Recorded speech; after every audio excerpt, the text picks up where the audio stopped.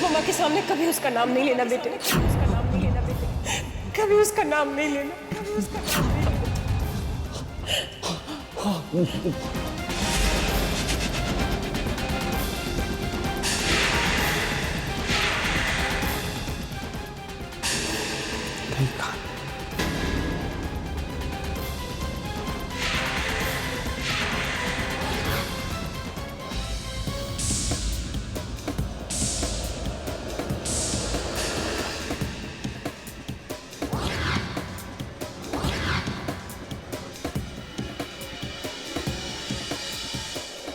दीदी, दीदी,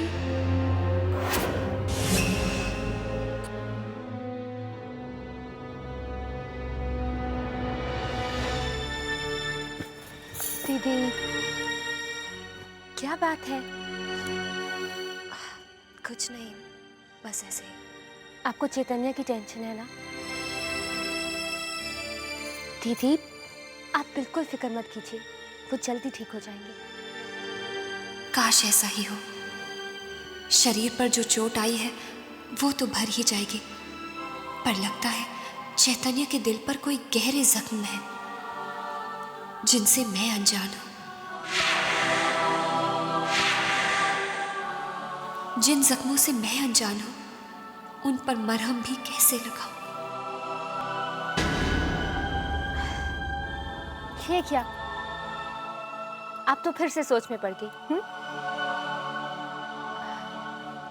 अब दीदी, ये मैंने आपसे जो ज्वेलरी ली थी ना पहनने के लिए, वो वापस करने आई हूँ। मैं आज वीर के साथ वापस घर जा रही हूँ ना, इसलिए। रिद्धिमा, अचानक जाने का प्रोग्राम कैसे बना दिया? बस ऐसे ही। वैसे भी आपके ससुराल में बहुत दिन से रह रही हूँ, और फिर वीर आया हुआ था तो मैंने सोचा उसके साथ वापस चलती हूँ। ये ज्वेलरी मैं आपकी कबर्ड में रख देती हूँ।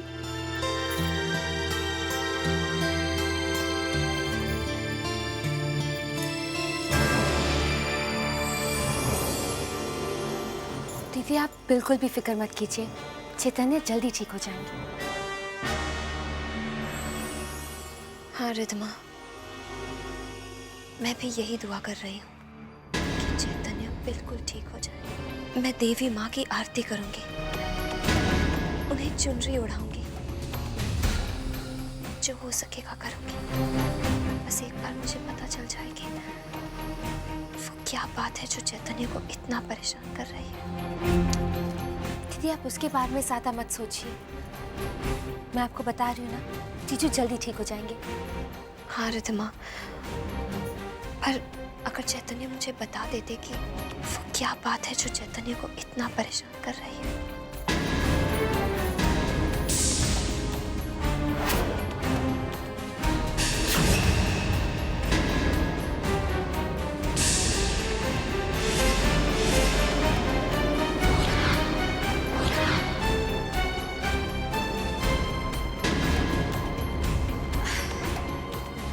दीदी, पद्मिनी जो भी कहे आप उसकी बातों का बुरा मत मानिए। आप बस भरोसा रखिए भगवान पर, चैतन्य जल्दी ठीक हो जाएंगे। शायद तुम ठीक कह रही हो। माँ भी यही कहती हैं कि मुझे चैतन्य का साथ देना चाहिए।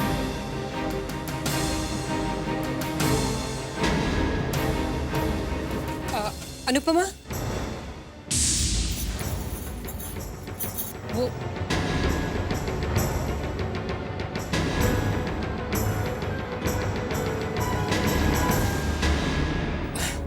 वो चैतन्य को मैंने दवाई दे दी है। बस तुम्हें ये बताने आई थी, कहीं तुम दोबारा न दे दो। जी माँ।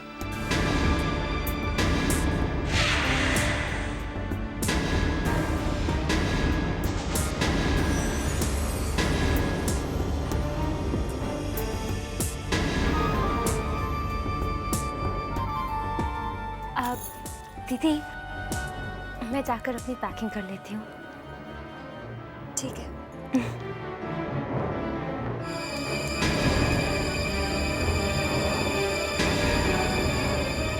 अनुपमा, आज देखती जाओ, जाते जाते मैं तुम्हारी खुशियों में ऐसी आग लगाकर जाऊंगी कि तुम्हारी सासू माँ के दिल में तुम्हारे लिए जो प्यार है ना, वो एक पल में खाक हो जाए। अब तुम्हारे बुरे दिनों की शुरुआत हो चुकी है अनुभव।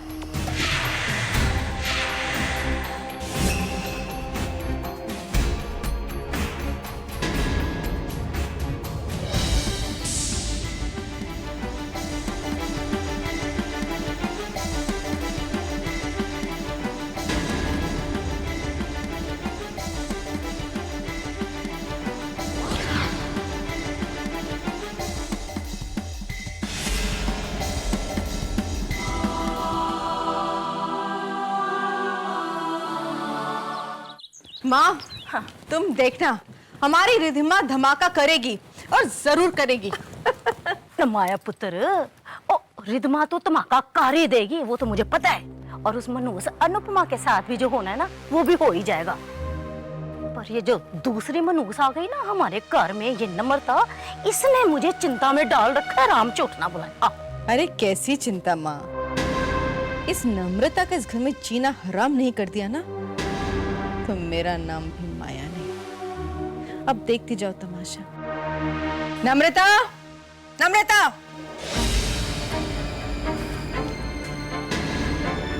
जी मम्मी जी। ए, खबरदार जो अपनी गंदी जुबान से मुझे मम्मी जी कहा तो। ये जो हमारे घर में बैठकर 3 वक्त की रोटियां तोड़ती है, उसकी बजाय आज से घर का सारा काम तू करेगी, समझी? और अगर मुझे शिकायत का एक भी मौका मिला ना, तो मुझसे बुरा कोई नहीं होगा। अब खड़ी खड़ी मुंह क्या देख रही है मेरा? चल बाल्टी और पोछा उठा और चमका मेरे घर को। चल चल, ओ दफा हो।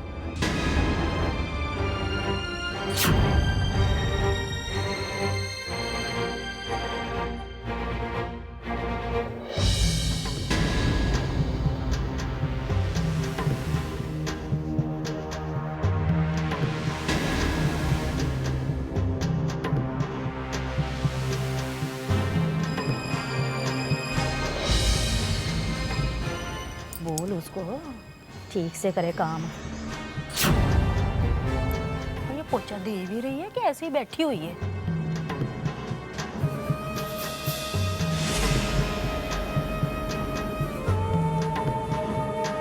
क्या तू क्या कर रही है? जल्दी जल्दी अपने हाथ हिला। हड्डियों में दम नहीं है क्या? चल पोछा लगा ठीक से। क्या रही?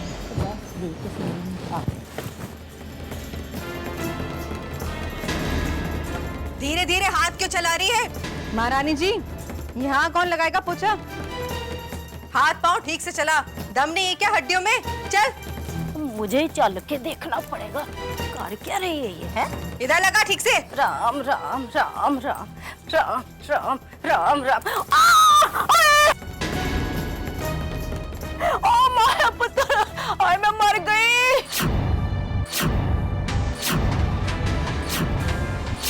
माँ मर गई। आराम से।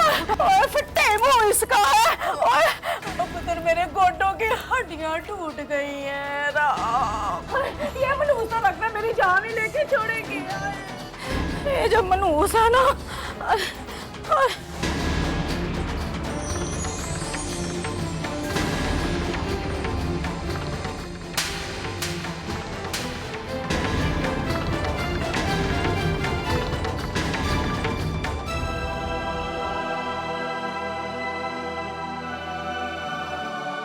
घर का काम तो तुझे ही करना पड़ेगा।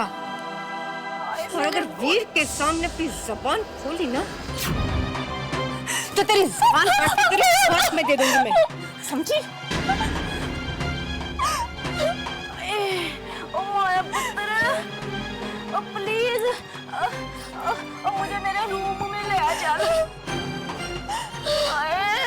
आए रब्बा, राम राम राम।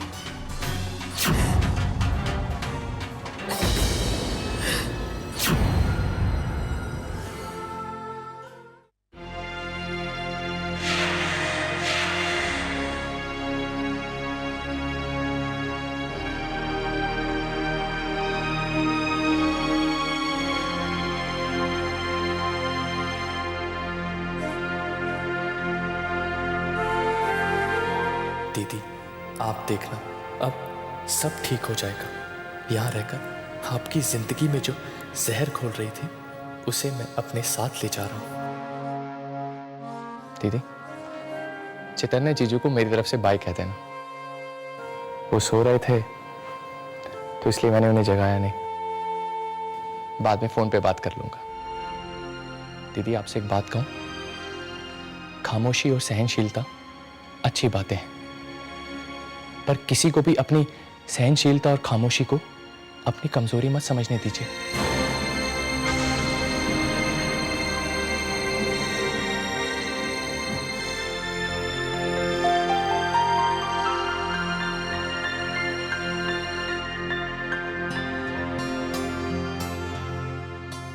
वीर, आते जाते रहना, अच्छा लगता है।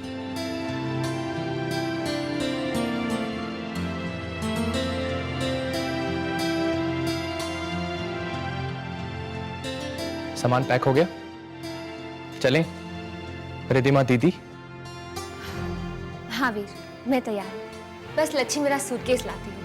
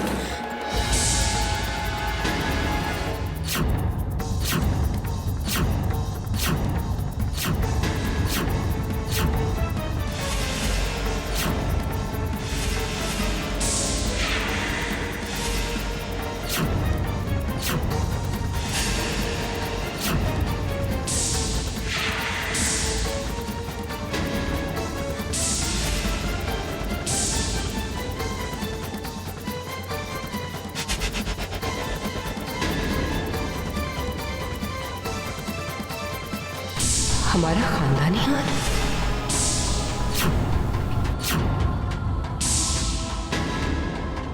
रिद्धिमा, ये नोना का हार तुम्हारे सूटकेस में कैसे आया?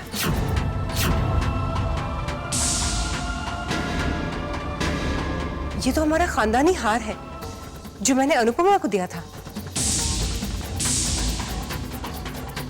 हाँ रिद्धिमा, ये हार तुम्हारे बैग में कैसे आया?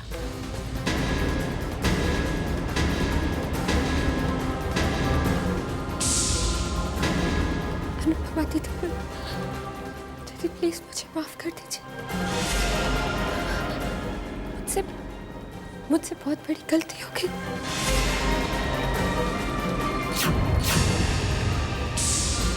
अपनी छोटी बहन को माफ कर दीजिए। मुझे बचा लीजिए दीदी। मैं लालच में आकर बहक गई थी। अपनी छोटी बहन को माफ कर दीजिए ना दीदी।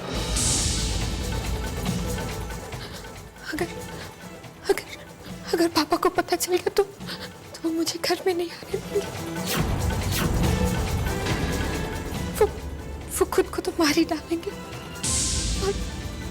और साथ में मुझे भी मार देंगे। दीदी प्लीज मुझे बचा लीजिए दीदी।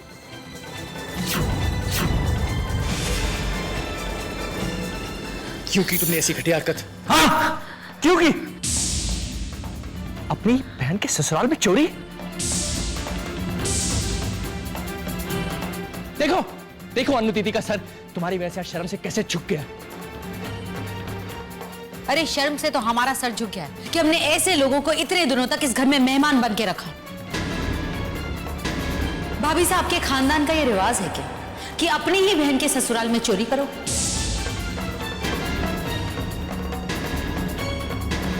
मासा आप ही फैसला कीजिए। अगर ये कोई छोटी मोटी बात होती तो हम जाने भी देते, लेकिन ये मामला हमारे खानदान के 9 लाख हार का है। शिकावत खानदान की मान मर्यादा जुड़ी है इस हार से। अगर हम आपकी जगह होते ना तो ऐसे नीच हरकत करने वाले को इस हवेली की छत के नीचे 1 मिनट के लिए भी खड़े नहीं होने देते।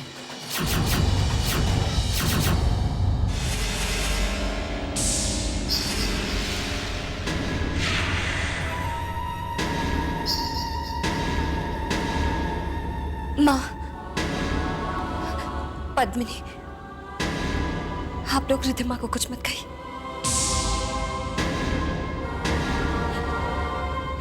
उस पर चोरी का इल्जाम मत लगाइए।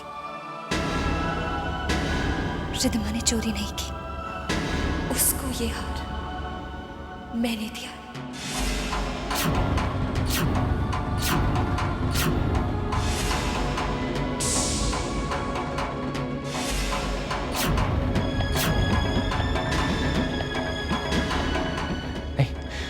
ये नहीं हो सकता दीदी। वीर, मैंने जो कहा वो सच है।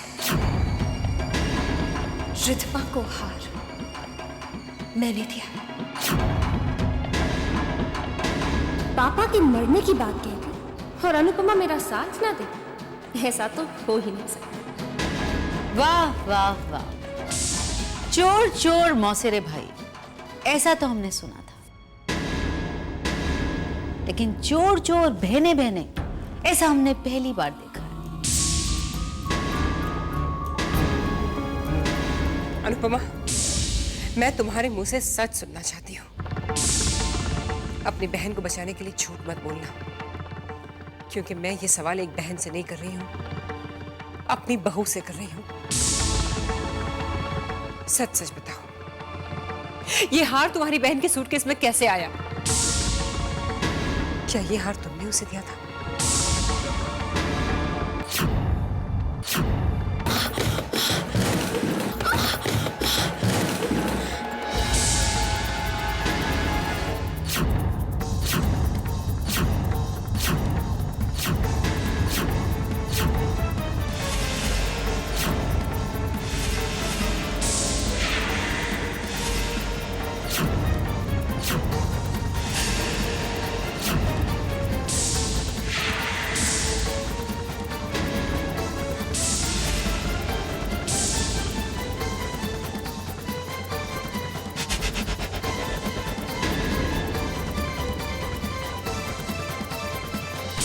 हमारा खानदानी हार?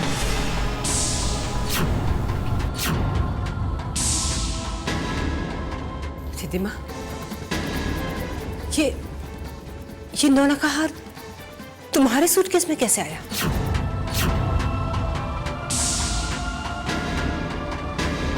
ये तो हमारा खानदानी हार है जो मैंने अनुपमा को दिया था। हाँ रिद्धिमा, ये हार तुम्हारे बैग में कैसे आया?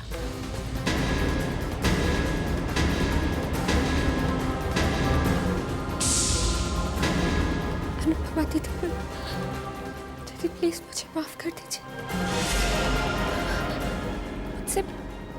मुझसे बहुत बड़ी गलती हो गई।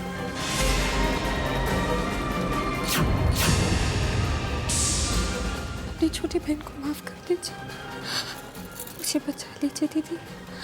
मैं लालच में आकर बहक गई थी। अपनी छोटी बहन को माफ कर दीजिए ना दीदी। अगर अगर अगर पापा को पता चल गया तो मुझे घर में नहीं आने देंगे। वो खुद को तो मार ही डालेंगे और साथ में मुझे भी मार देंगे। दीदी प्लीज मुझे बचा लीजिए दीदी।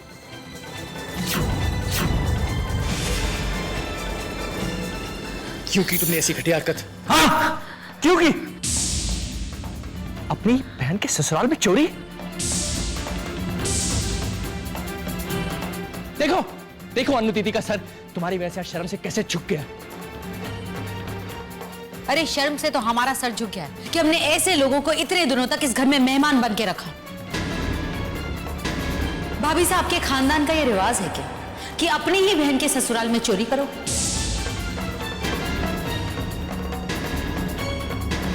मासा आप ही फैसला कीजिए। अगर ये कोई छोटी मोटी बात होती तो हम जाने भी देते, लेकिन ये मामला हमारे खानदान के 9 लाख हार का है। शिकावत खानदान की मान मर्यादा जुड़ी है इस हार से। अगर हम आपकी जगह होते ना तो ऐसे नीच हरकत करने वाले को इस हवेली की छत के नीचे 1 मिनट के लिए भी खड़े नहीं होने देते।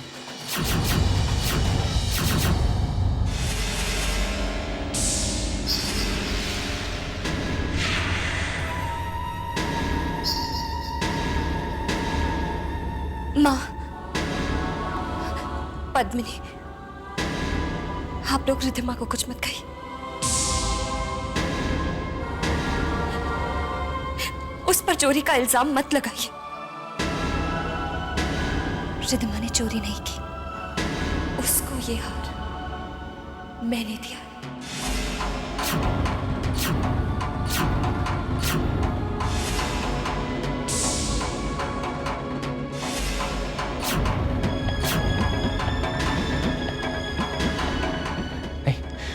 ये नहीं हो सकता दीदी। वीर, मैंने जो कहा वो सच है।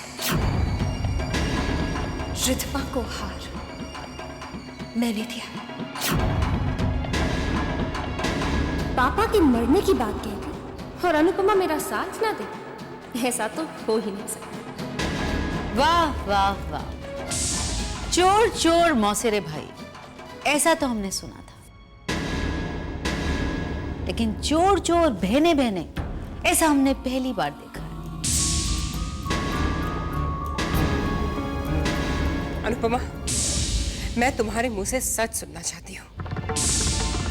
अपनी बहन को बचाने के लिए झूठ मत बोलना, क्योंकि मैं ये सवाल एक बहन से नहीं कर रही हूँ, अपनी बहू से कर रही हूँ। सच सच बताओ, ये हार तुम्हारी बहन के सूटकेस में कैसे आया? क्या ये हार तुमने उसे दिया था?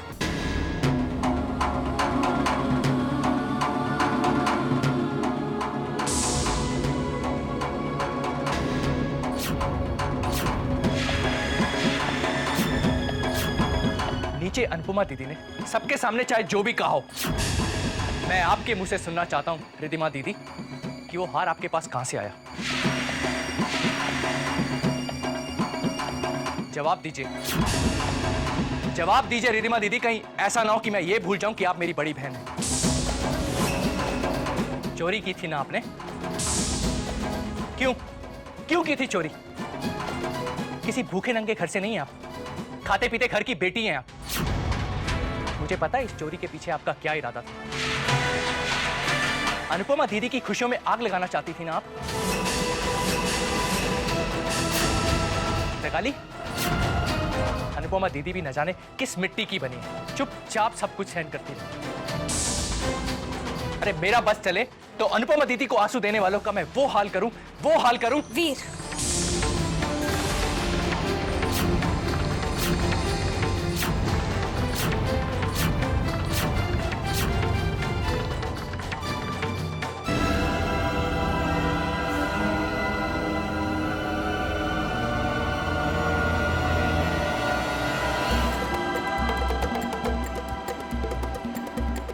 शर्म करो। जिस बहन ने तुम्हारी खुशियों के लिए अपनी खुशियों की परवाह नहीं की, तुम उन्हीं के ससुराल में आकर उन्हीं की खुशियों में आग लगाने से बाज नहीं आई। माँ और रानी के इशारों पर नाचोगी तो बेढंगा ही नाचोगी ना। और दीदी, आपको क्या जरूरत थी इस झूठी के लिए सबके सामने झूठ बोलने की? इसने आपके ससुराल में आकर आपका अपमान किया। अरे ऐसे लोगों को तो इनके ही हाल पर छोड़ देना चाहिए।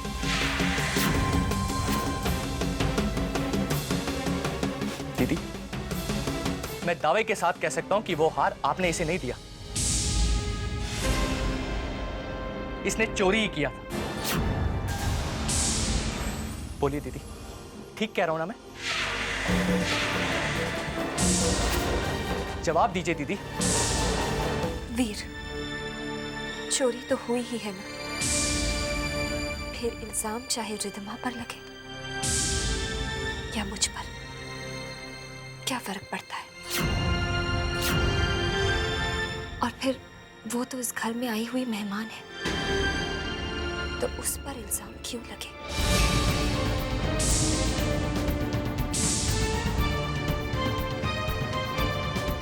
रिद्धिमा, तुम्हारा साथ इसलिए दिया है क्योंकि मैं अपने मायके के मान सम्मान पर कोई भी आंच नहीं आने देना चाहती। मगर आज के बाद ऐसी कोई हरकत मत करना जिससे दुनिया में से रिश्तों पर विश्वास उठ जाए।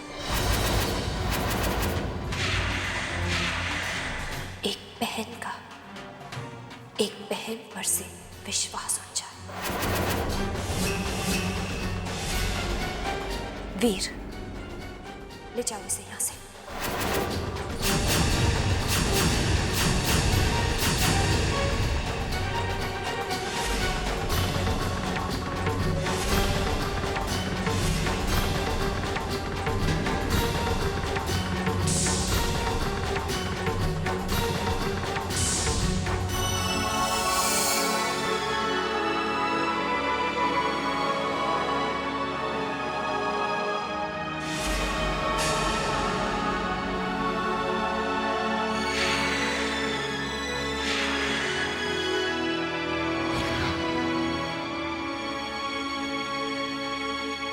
माँ साहब, आप जानती हैं हमारा दिल कितना रो रहा है आपके लिए। कितना विश्वास था ना आपको भाभी साहब पर। बड़ी बहू कहकर आपका मुंह नहीं थकता था। अगर उनके पियर वालों को पैसों की जरूरत थी तो वो आपसे मांग लेती, आप मना थोड़ी ना करती। सब जानती है कि आपका कितना बड़ा दिल है।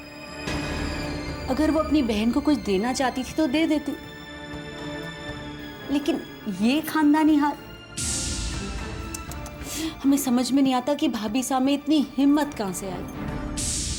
माँ साहब हम जानते हैं कि इस हार का क्या महत्व है आपके लिए, हमारे खानदान के लिए। आखिर ये हमारे खानदान की इज्जत है ना। लेकिन भाभी साहब ने एक बार भी नहीं सोचा, एक पल के लिए भी नहीं सोचा। माँ साहब किस मिट्टी की बनी हुई है, इतनी बड़ी बात हो गई और अब फिर भी चुप है। माँ साहब अगर हम आपकी जगह होते ना तो इस अपमान को कभी बर्दाश्त नहीं करते।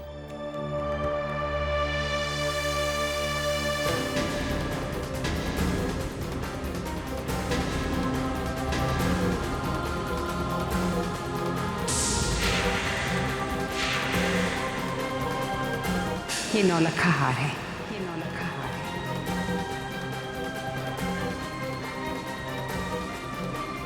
बेटी, ये हार हमारा खानदानी हार है। मेरी सास ने मुझे दिया था, और आज मैं तुम्हें अपनी बड़ी बहू को दे रही हूँ।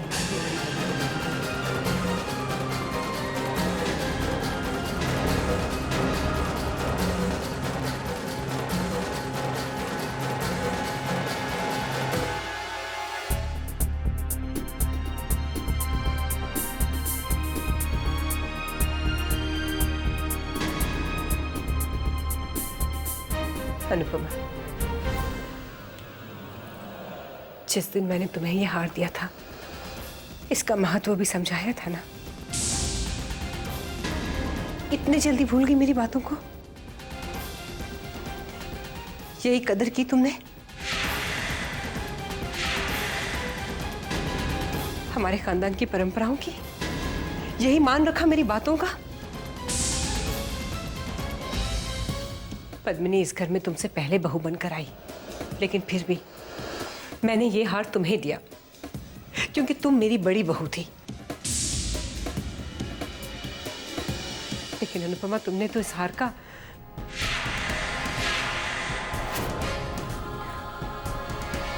जब मैंने तुम पे विश्वास किया है तब तुमने मेरा विश्वास तोड़ दिया है अनुपमा।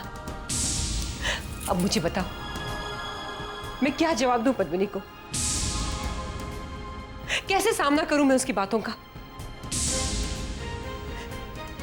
तुमने तो मेरा विश्वास ही तोड़ दिया। मेरी भावनाओं को ठेस पहुंचाई है तुमने। मेरे प्यार की, मेरे आशीर्वाद की कोई कदर नहीं की तुमने। अफसोस तो ये है कि तुमने इस हार को सिर्फ एक गहना समझा, लेकिन इस हार के साथ हमारे खानदान की क्या परंपराएं जुड़ी हुई हैं, हमारी क्या भावनाएं जुड़ी हुई हैं, ये तुमने समझने की कोशिश भी नहीं की। जब मेरी बड़ी बहू को इस खानदान की परंपराओं की परवाह ही नहीं है। मेरे प्यार, मेरे आशीर्वाद का कोई मान ही नहीं है। तो फिर मैं भी एक फैसला करती हूं। आज से ये हार मैं तुमसे वापस लेती हूं अनुपमा।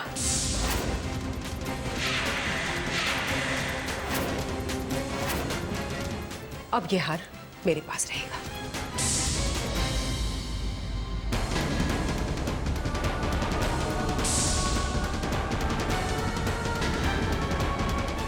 एक बात और अनुपमा,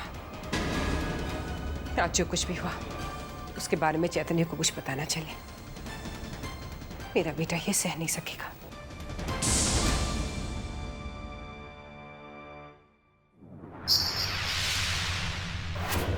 अनुपमा, तुमने क्या समझा? पद्मिनी अपना हक यूं ही छीनने देगी? नहीं अनुपमा, नहीं। एक एक तकलीफ का भुगतान तुम्हें करना होगा। हम तुम्हें इतनी आसानी से नहीं छोड़ेंगे। जो चीज़ तुमने हमारे हिस्से की छीनी है, हर वो चीज़ तुमसे वापस नहीं ली तो हमारा नाम भी पद्मिनी नहीं।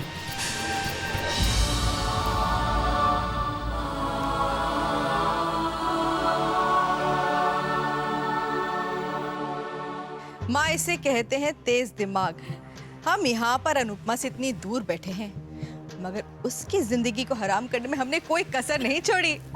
अरे हम यहाँ पर है तो क्या हुआ, उधर वो है ना इंद्रजीत, पद्मिनी और अपनी रिद्धिमा, हाँ, उसकी जिंदगी में आग लगाने के लिए। पर माया पुत्र, अच्छा ऐसा कर और रिद्धिमा को फोन तो लगा। कोई जरूरत नहीं है किसी को फोन करने की।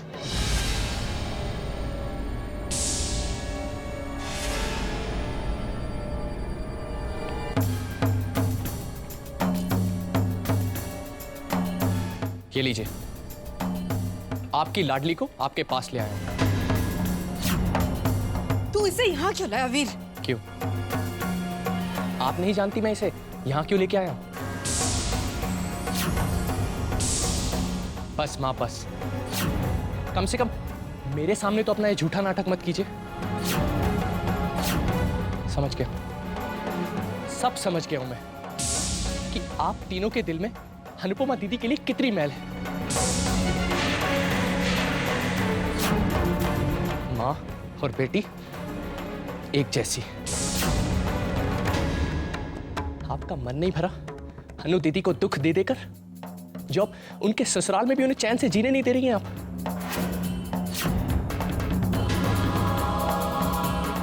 आपके आगे हाथ जोड़ता हूं माँ, भगवान से डरिए, इतने पाप भी मत कीजिए।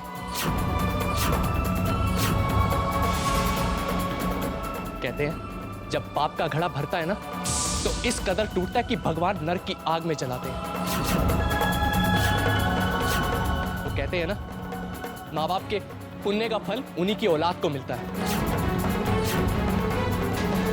उसी तरह माँ बाप के पाप का फल भी उन्हीं की औलाद को भुगतना पड़ता है। खैर, अनु दीदी को तो कभी आपने अपना समझा ही नहीं, लेकिन मैं और रिद्धिमा तो आपकी अपनी औलाद है। डरिए माँ डरिए, कहीं ऐसा ना हो आपके पापों की सजा मुझे और रिद्धिमा को भुगतनी पड़े। कहीं ऐसा ना हो जब आपको अपनी करने का एहसास हो तब तक बहुत देर हो चुकी हो। आज मैं भगवान से हाथ जोड़कर यही दुआ मांगूंगा कि आपकी हर साजिश, हर पाप का फल सिर्फ और सिर्फ मुझे मिले। आपने अनुपमा दीदी को जितनी भी बददुआएं दी है, वो श्राप बनकर मुझे लग जाए।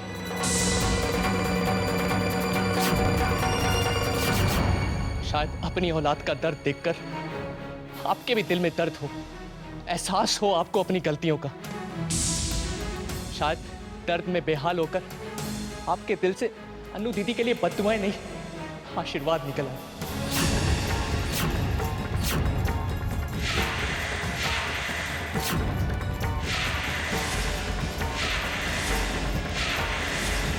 एहसास हो आपको अपनी गलतियों का। बस मां बस, बहुत हो गया। अब मैं और बर्दाश्त नहीं करूंगा। आने दीजिए पापा को। आज मैं उन्हें आप तीनों का असली घिनौना चेहरा दिखाऊंगा। आप तीनों की असली हरकतें। तैयार हो जाइए आप अपनी हरकतों की सजा पाने के लिए।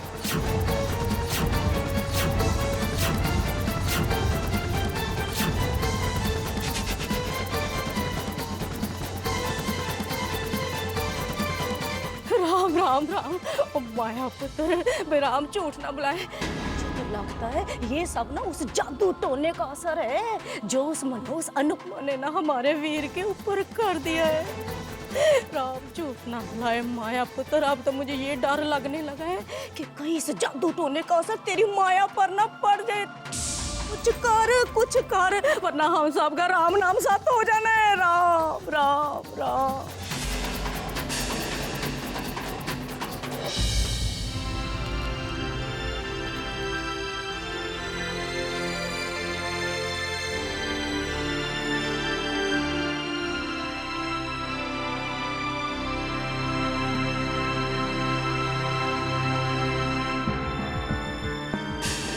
अनुपमा के सामने कभी उसका नाम नहीं लेना बेटे, कभी उसका नाम नहीं लेना बेटे, कभी उसका नाम नहीं लेना, कभी उसका नाम नहीं लेना।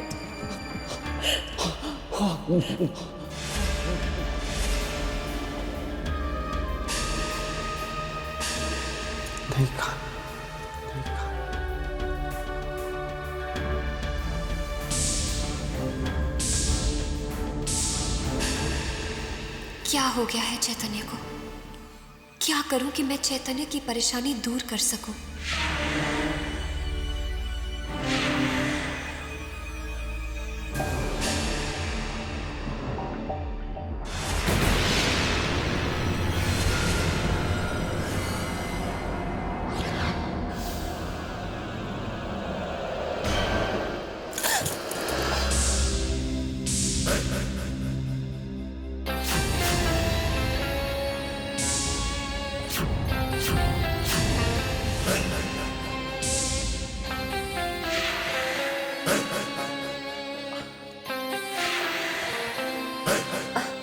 Easy easy easy.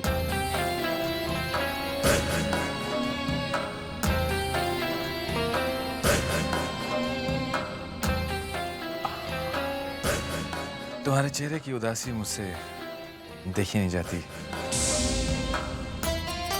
नई नवेली दुल्हन के चेहरे पर उदासी क्यों?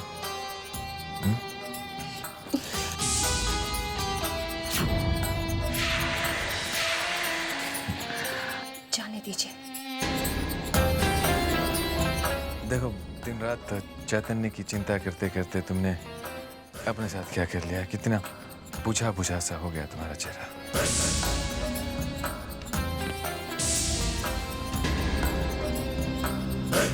रास्ता छोड़िए।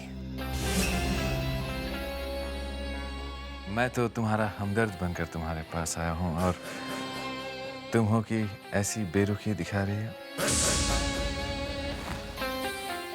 एक मौका तो देकर देखो। वादा करता हूं, चैतन्य से ज्यादा खुशी, ज्यादा सुख दूंगा मैं तुम्हें। मैं तो तुम्हारा हमदर्द बनकर तुम्हारे पास आया हूं और तुम हो कि ऐसी बेरुखी दिखा रही हो। एक मौका तो देकर देखो। वादा करता हूं, चैतन्य से ज्यादा खुशी, ज्यादा सुख दूंगा मैं तुम्हें।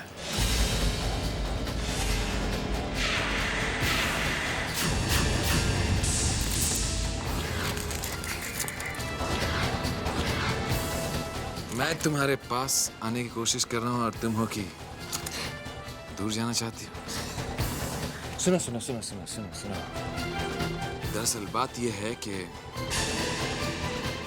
तुम अच्छी लगने लगी हो मुझे,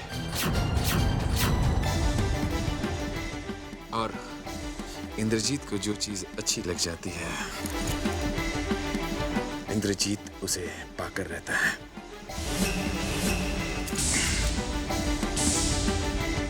देखिए, मैं कुछ कह नहीं रही हूँ, इसका मतलब ये नहीं आप कुछ भी कह सकते हैं। मेरी खामोशी को मेरी मजबूरी मत समझिए आप। मेरे पति की तबीयत ठीक नहीं है, इसीलिए मैं कुछ कह नहीं रही हूँ। वरना मैं वरना वरना वरना आप अपने पति को बता देंगी। हाँ, बता दो बता दो। बस एक छोटी सी बात का ख्याल रखना। देखो, चैतन्य की तबीयत ठीक नहीं है, जानती हो ना। कहीं ऐसा ना हो कि तुम्हारी बातों को सुनकर उसकी तबीयत और कहीं ना बिगड़ जाए। मतलब कहीं ऐसा ना हो कि उसके दिल की धड़कनें रुक जाएं। अगर ऐसा हो भी गया तो कोई बात नहीं, मैं हूं ना। तुम्हारी हर जरूरत, हर सुख का पूरा पूरा ख्याल रखूंगा।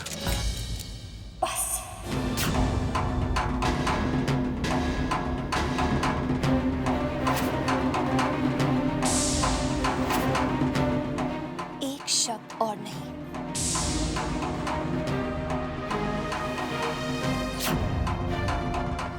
वरना ऐसा ना हो कि आज मेरा हाथ उठ जाए।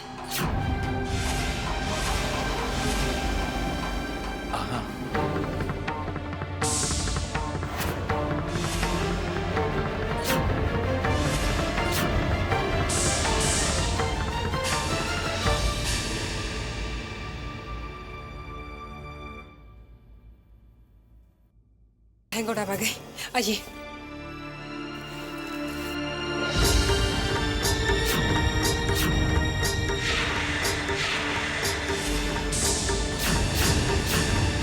तुम ही रहो।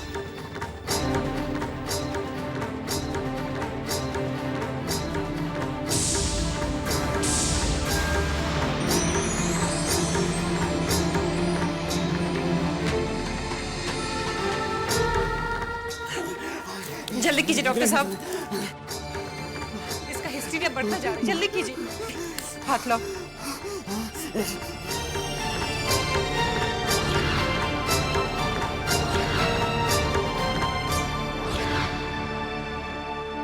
चैतन्य, बेटे आराम करो, रिलैक्स रिलैक्स करो चैतन्य। बेटे रिलैक्स करो, आंखें बंद कर लो चैतन्य, आराम करो, आंखें बंद करो बेटे।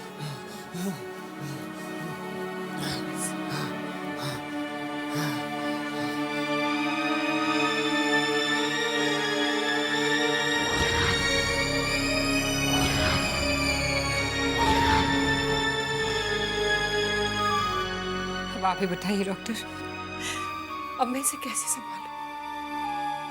शारदा जी, जैसा कि आपने बताया कि 2 साल पहले चैतन्य की पहली पत्नी की मौत के बाद काफी देर तक ट्रॉमा में थे, सदमे में थे। वेल, अब इनकी ये हालत देखकर तो मुझे यही लग रहा है कि उसी ट्रॉमा, उसी सदमे ने इन्हें फिर से घेर लिया है।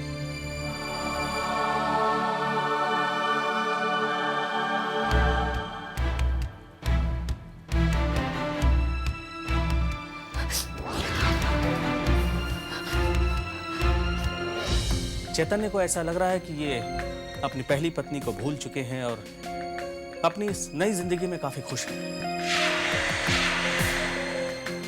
बस यही गिल्ट फीलिंग इनके नर्वस ब्रेकडाउन का कारण बन गई।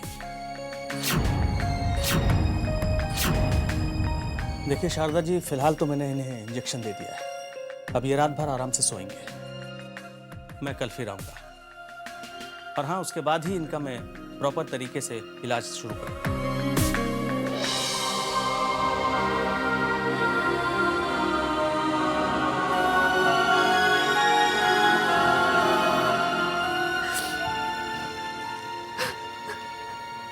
एक बात और, इनकी हालत मेंटली और इमोशनली बहुत ही नाजुक है।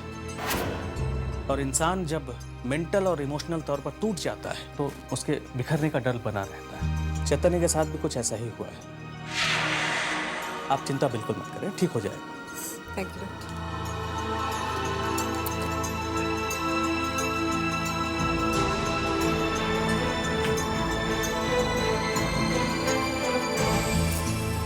जस्ट रिलैक्स, चिंता करने की कोई बात नहीं।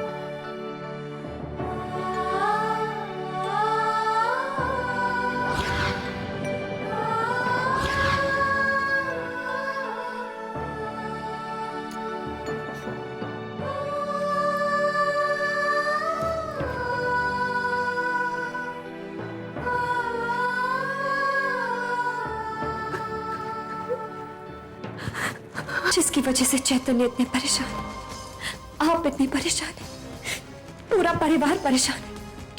जिसका डर था वही हुआ। चैतन्य तो अपनी सुध-बुध खो बैठे। बोलिए ना, कौन है अदिति? ओफो अनुपमा, अदिति अदिति अदिति, ये तुमने क्या लगा रखा है? मैं किसी अदिति को नहीं जानती, कोई अदिति नहीं है।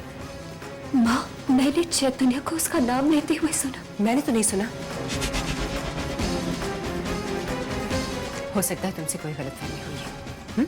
नहीं माँ। अनुपमा, तुम जानती हो घर में हर कोई परेशान है और तुम ये फजूल के सवाल कर रही हो, हमारी परेशानी और भी बढ़ा रही हो।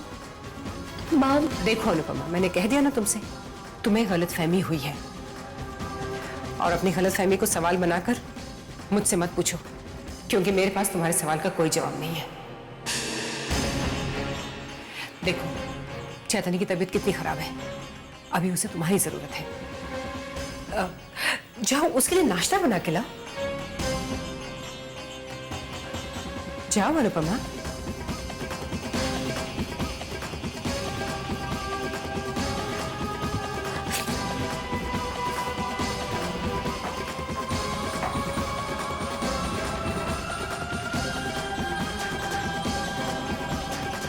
आखिर मैं अनुपमा को कब तक अवॉइड कर पाऊंगी? कब तक?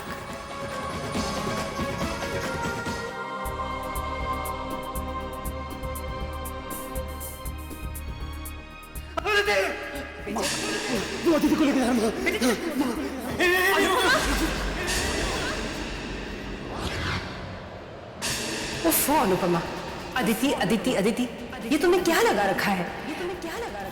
कोई अदिति नहीं है।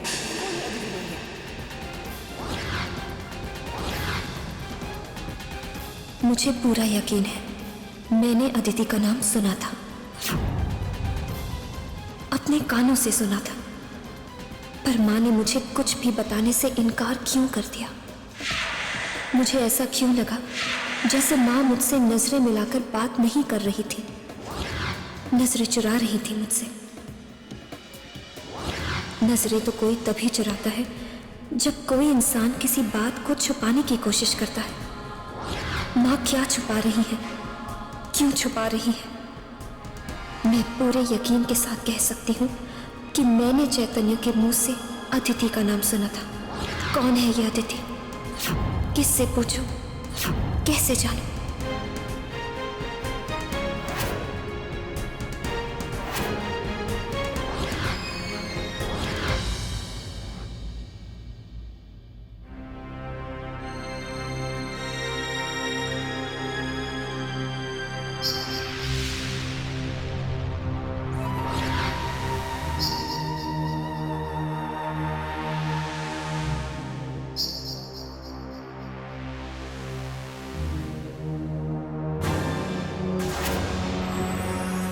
ये क्या बेटे? माँ साहब, प्लीज़ हमें मत रोकिए। हम जानते हैं कि आपके सर में बहुत दर्द हो रहा है। हम बाम लगा देते हैं।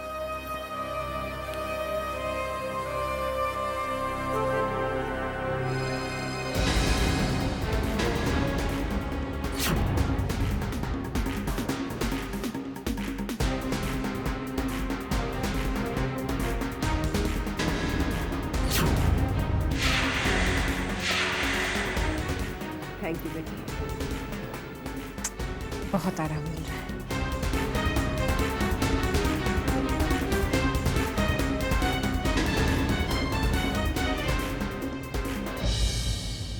आप जानती हैं मासा, जब हम पहली बार इस घर में बहू बनकर आए थे, तब पापा ने विदाई के वक्त हमसे ये कहा था कि आज के बाद से अपनी सास को ही अपनी माँ समझना, और हमने वही समझा। इसीलिए तो आज तक हमें मायके की याद नहीं आई। सच कहे मासा, हम आपकी जरा सी भी तकलीफ नहीं देख सकते। एक माँ अपनी बेटी से नाराज हो सकती है, गलतफहमी हो सकती है, लेकिन एक बेटी अपनी माँ से कभी नाराज नहीं हो सकती है, उन्हें कभी तकलीफ में नहीं देख सकती है। इसलिए मासा, हम आपसे माफी मांगते हैं।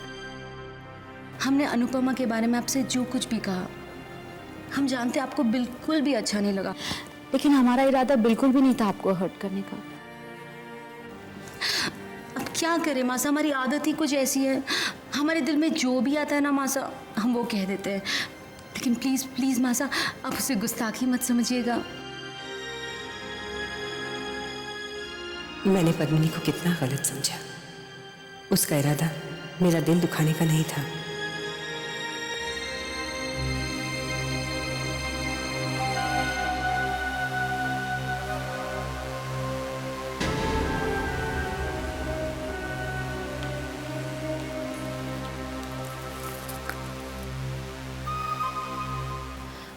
माँ, आपके लिए सरदर्द की दवा। नहीं भाभी साहब, मासा ये मेडिसिन नहीं खाती हैं, होम्योपैथी खाती हैं।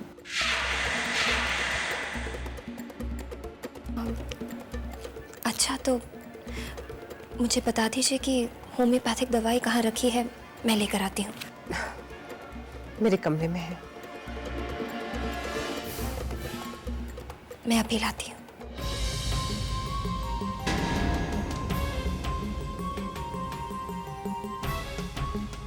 अनुपमा, अगर धीरे धीरे माँ को वापस अपनी तरफ और तुम्हारे खिलाफ न किया, तो हमारा नाम भी पद्मिनी नहीं।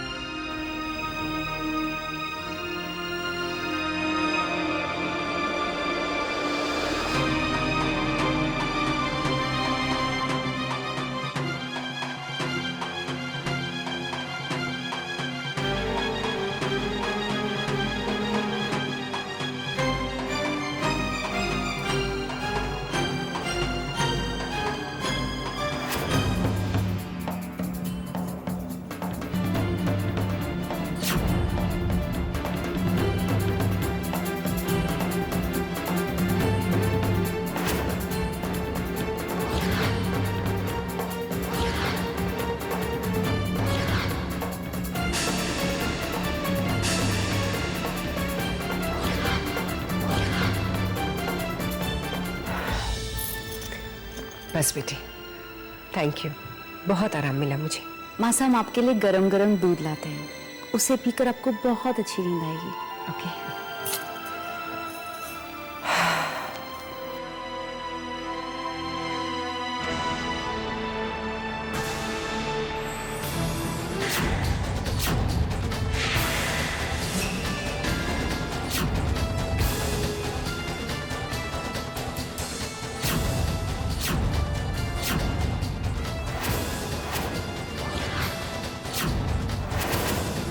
हे भगवान, दवाई ढूंढते ढूंढते अगर अनु की नजर उस बॉक्स पे पड़ गई तो?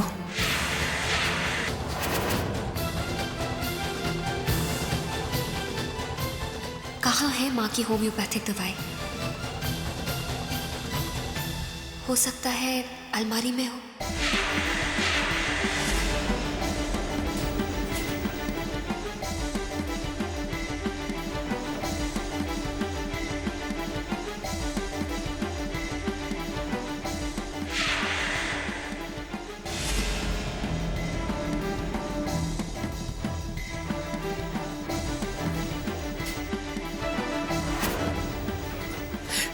अनुपमा,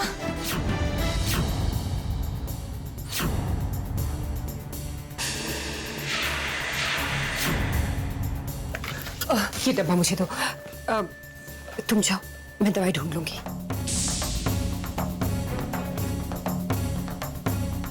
मैंने कहा ना, तुम जाओ, मैं दवाई ढूंढ लूंगी। जाओ अनुपमा।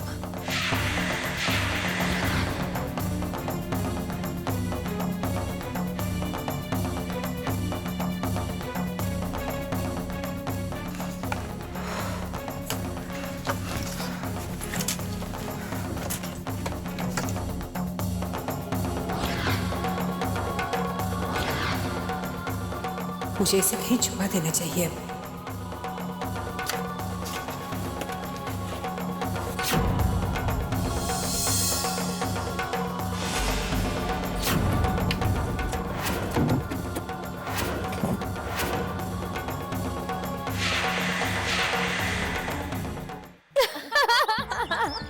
सही कहा रिधमा पुत्र, ये अंग्रेजी के पोएम तो मैंने चंगी तरह सीख ली है। Twinkle little star, your wonder how are you. नानी,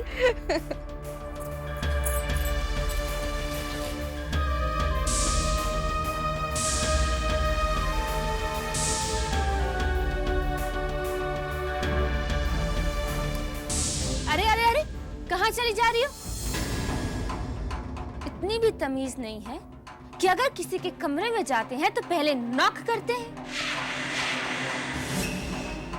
माफ करना, आइंदा से गलती नहीं होगी।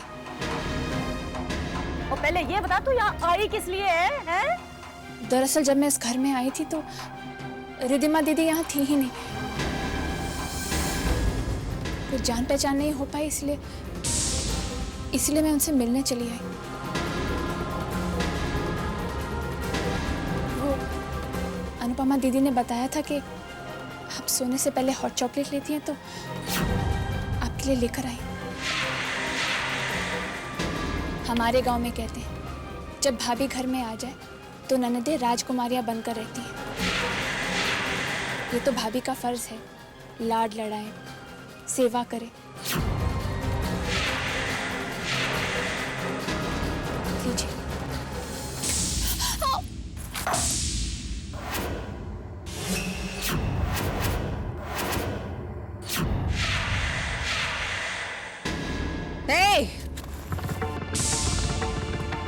ऐसे टुकर टुकर क्या देख रही है मेरी बेटी को? आंखें नोच लेगी रिधिमा तेरी। जबरदस्ती इस घर में घुस तो आई है, मगर अगर हम में से किसी से भी रिश्ता जोड़ने की कोशिश की तो तेरा वो हश्र करूंगी कि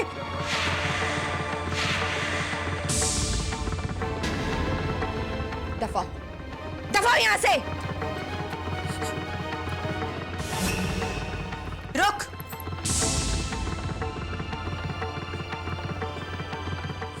कपड़ा ला और ये सब साफ कर। जा। और जा भी अब। मॉम, क्या है ये? इतनी मुश्किल से वो मनहूस अनुपमा से पीछा छूटा था और अब ये एक और बिल्कुल उसके जैसी वापस आ गई है। तू चिंता क्यों करती है रिधिमा? ऐसे मनहूसों से निपटना तो आता है ना। आहो रिधमा पुत्र, माया पुत्र बिल्कुल ठीक कह रही है। मॉम, क्या सोच रही हैं आप? आपकी आंखों में ये अजब सी चमक कैसी? मेरे दिमाग में एक बहुत जबरदस्त आइडिया आया है इस नम्रता के बच्ची का जान खाने का। क्या? देखते जा।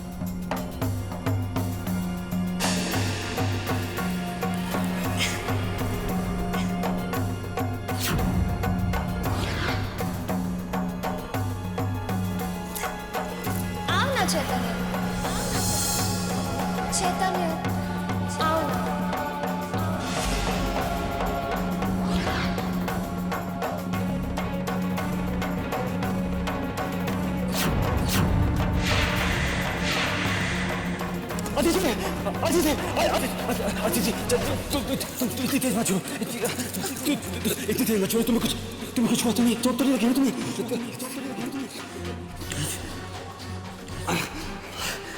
अदिति अदिति अदिति अदिति उफ़ अनुपमा, अदिति अदिति अदिति, ये तुमने क्या लगा रखा है? मैं किसी अदिति को नहीं जानती। अदिति अदिति अदिति अदिति अदिति अदिति अदिति अदिति अदिति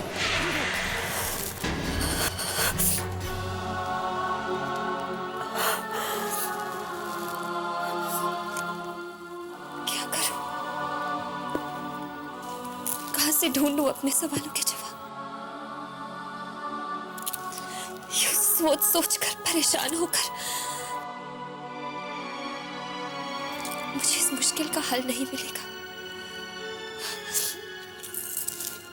पर मैं क्या करूं? कोई तो रास्ता दिखे, कोई तो रास्ता दिखलाए।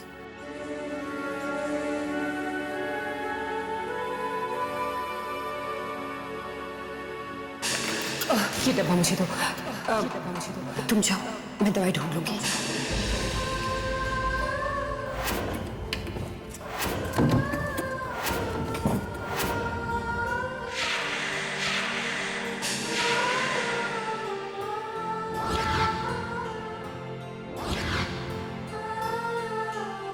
उस बॉक्स में क्या है?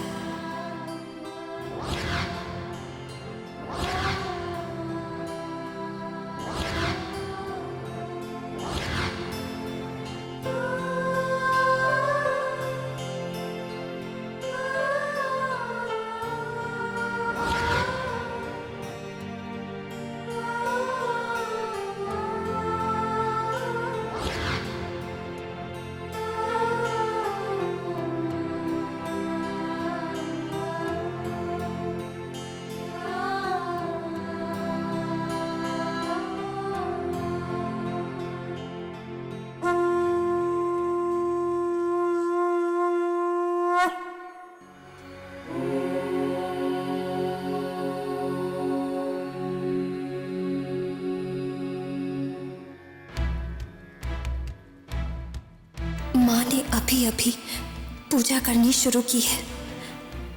खत्म करने में थोड़ा वक्त तो लगेगा ही। तब तक मुझे देखना चाहिए कि उस बॉक्स में क्या है। हो सकता है उसमें अदिति से जुड़ी कोई बात, कोई चीज मिल जाए।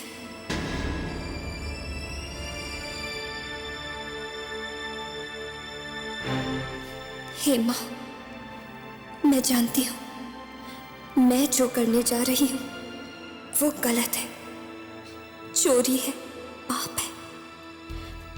पर आप जानते हैं मेरा इरादा गलत नहीं है।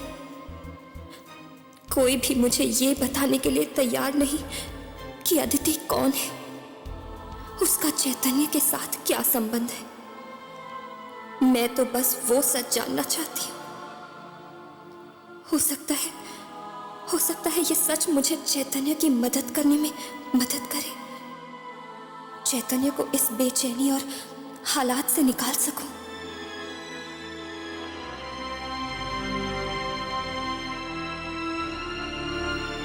हे मां, मुझसे चैतन्य की तकलीफ देखी नहीं जाती।